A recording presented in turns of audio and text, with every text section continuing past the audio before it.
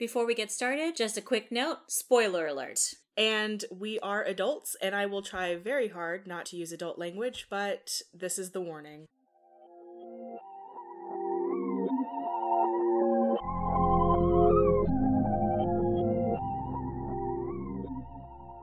Hello and welcome to Fright Bites. My name is Jennifer. And I'm Sedina. Each episode, we will feature a short story or novella. You can read along with us by finding the full reading list posted on our website, lastlibraryonTheLeft.com, or our social media at LLOTL Podcast. And today we are finishing up the duology and talking about Inside Man by KJ Parker, published in 2021 by Tor.com. And let me just stand for a little bit. You know what? Let me read you the summary. So, an anonymous representative of the devil, once a high-ranking Duke of Hell and now a committed underachiever, has spent the last forever of an eternity leading a perfectly tedious existence, distracting monks from their, oh my gosh, why did I have to put this word in here? Liturgical devotions. It's interminable, but he prefers it that way, now that he's officially designated by downstairs as fragile. And no, he won't elaborate.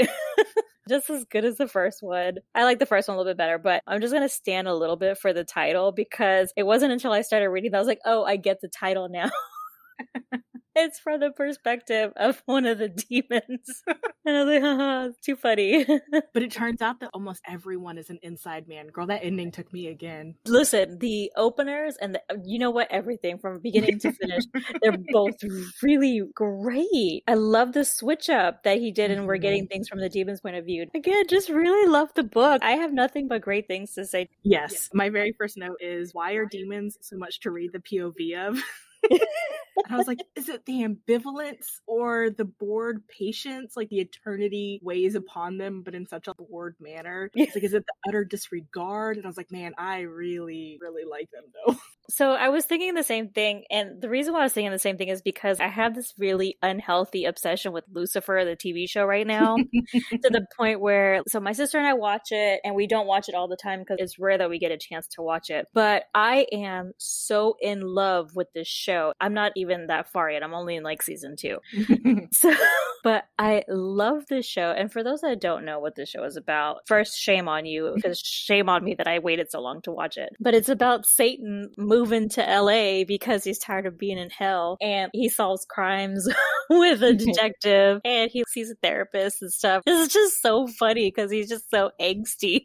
The graphic novel it's based off of by Mike Carey is very good. And I will read that once I'm caught up with this show and thoroughly enjoy it. And so I kept thinking about Lucifer when I was reading these 2 books and like this unhealthy obsession I've gotten with these 2 books and these characters. And I was like, I wonder if it's because I wish I could do those types of things. I wish I could go around with this bored impatience that these demons have and like just tell things like it is.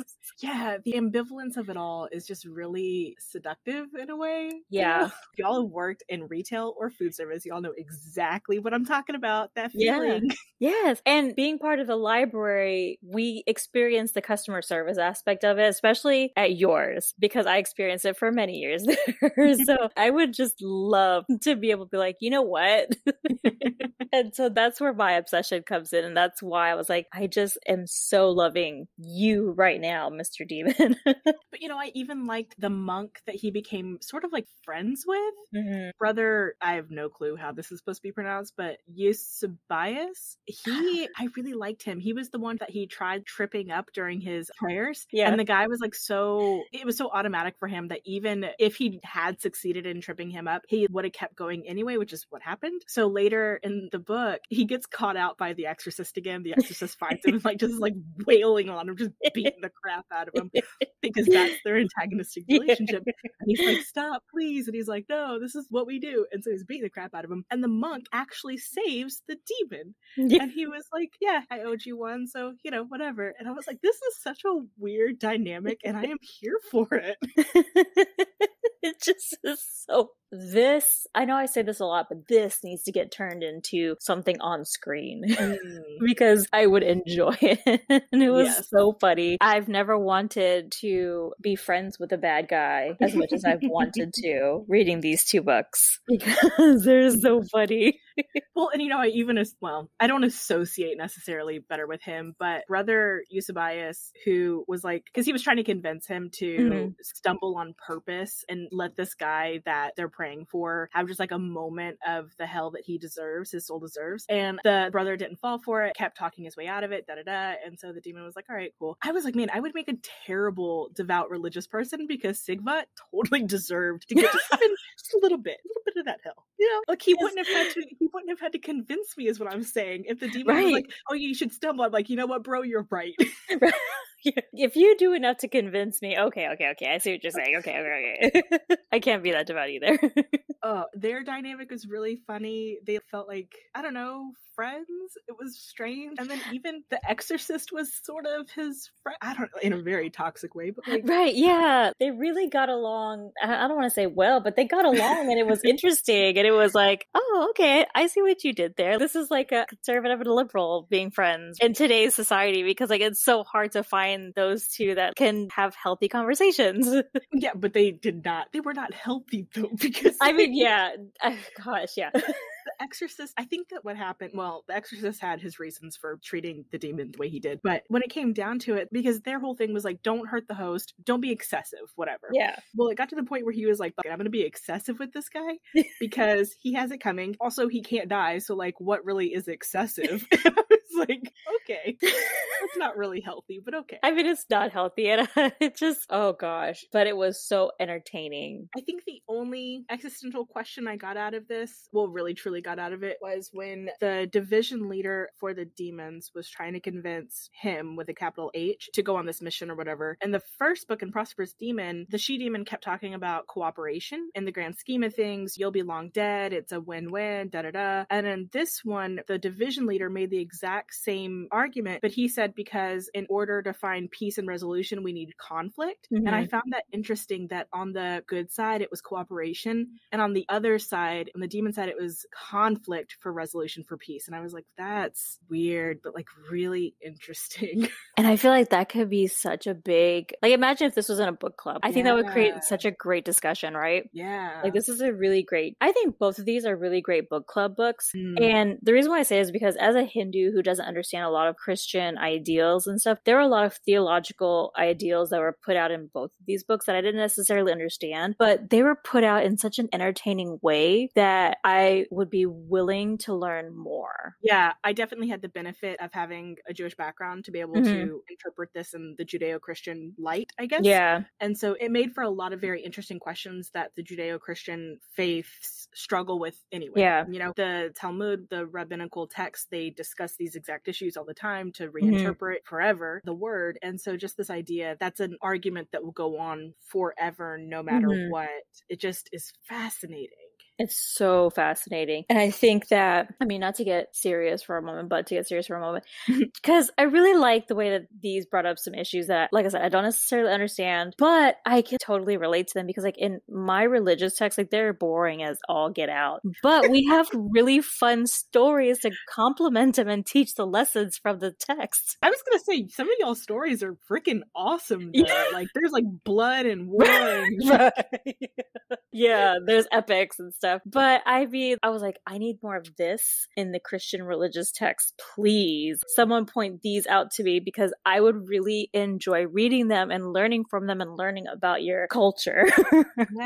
Yeah, it's fascinating from a sort of a removed intellectual view, the debate. In fact, I have in here one of my notes. This wasn't like a big question, but it was the first time I'd ever really thought about it. So it'll become a bigger question for me later the more I think about it. But this reoccurring idea that there can't be true heavenly rebellion in the face of true omniprescience. And I was like, that was a really good point, because it makes a lot of sense in the argument that was made there. I mean, granted, he like completely negated the argument in the final 3-page reveal, but it was a very interesting idea. And I was like, I like that. And actually, you're going to really enjoy the Lucifer comic book by Mike Carey, because that's a very prominent take on the heavenly rebellion of the Judeo-Christian faith. Yeah, see, I know I will, and that's why I want to extend the love for as long as I can. Like with Harry Potter, I consumed the movies first, and then I went back and read the books with no knowledge of what was in the books beforehand. Wow. And I think because you get more out of it, right? To read the Lucifer graphic novels, I feel like I'm going to really enjoy it, but I think I'm going to also get a chance to pause and, hey, let me look this up and find some more information about it and find some text and like, hey, Steve, recommend something that I could figure out this information from. Yeah. I kind of don't want to talk about the ending because the ending really, girl, it got me real. I was like, oh, that was the true inside man.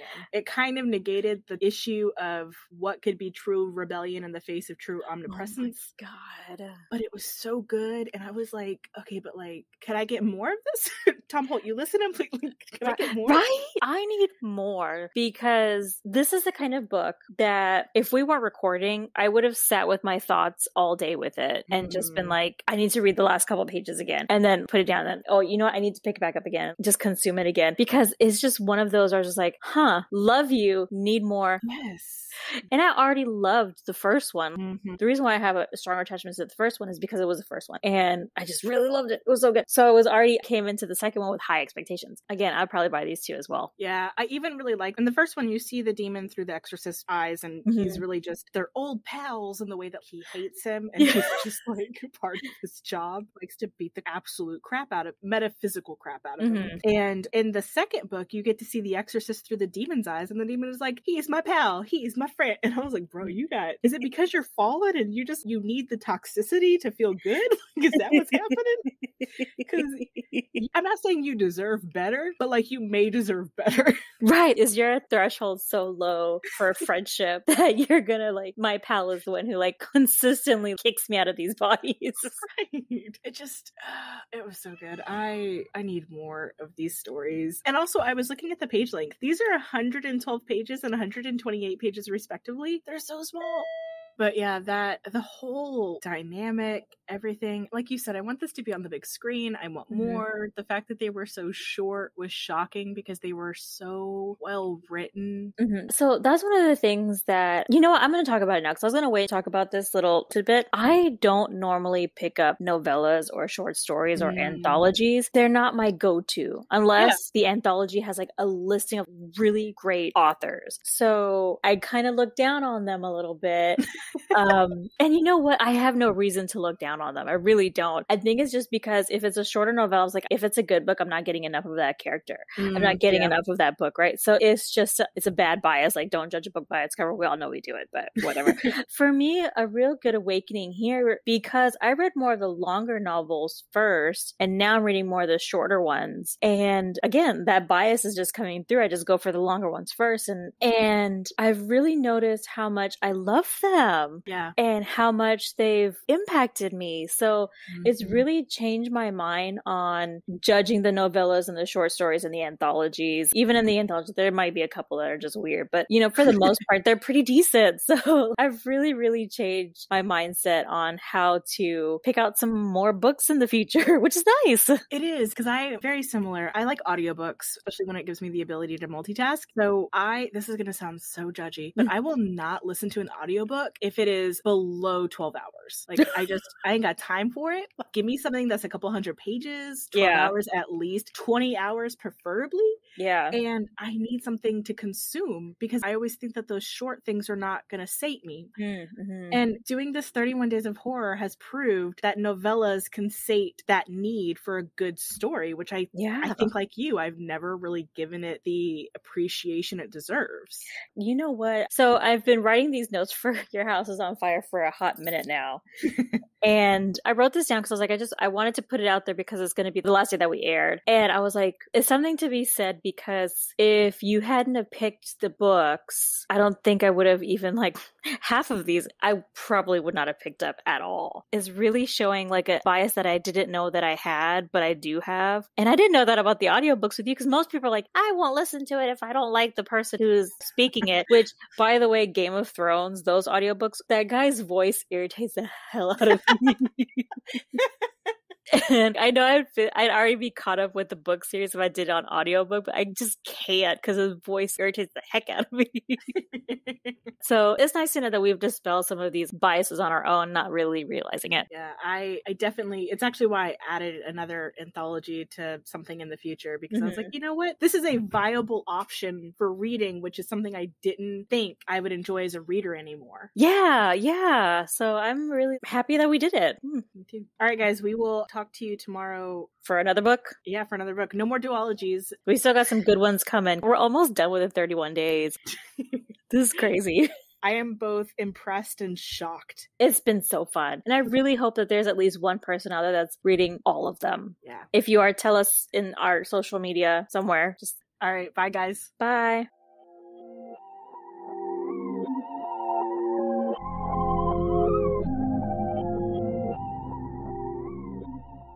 If you liked listening to us ramble on about horror, subscribe to our podcast and tell your friends. And if you would like to follow us on social media, you can find us on Instagram or Facebook at LLOTL Podcast. Check out our website by going to lastlibraryontheleft.com. Be sure to visit our About Us page to discover our 2 truths and a lie. Or, if you'd like to send us an email, you can reach us at somethingwicked@lastlibraryontheleft.com.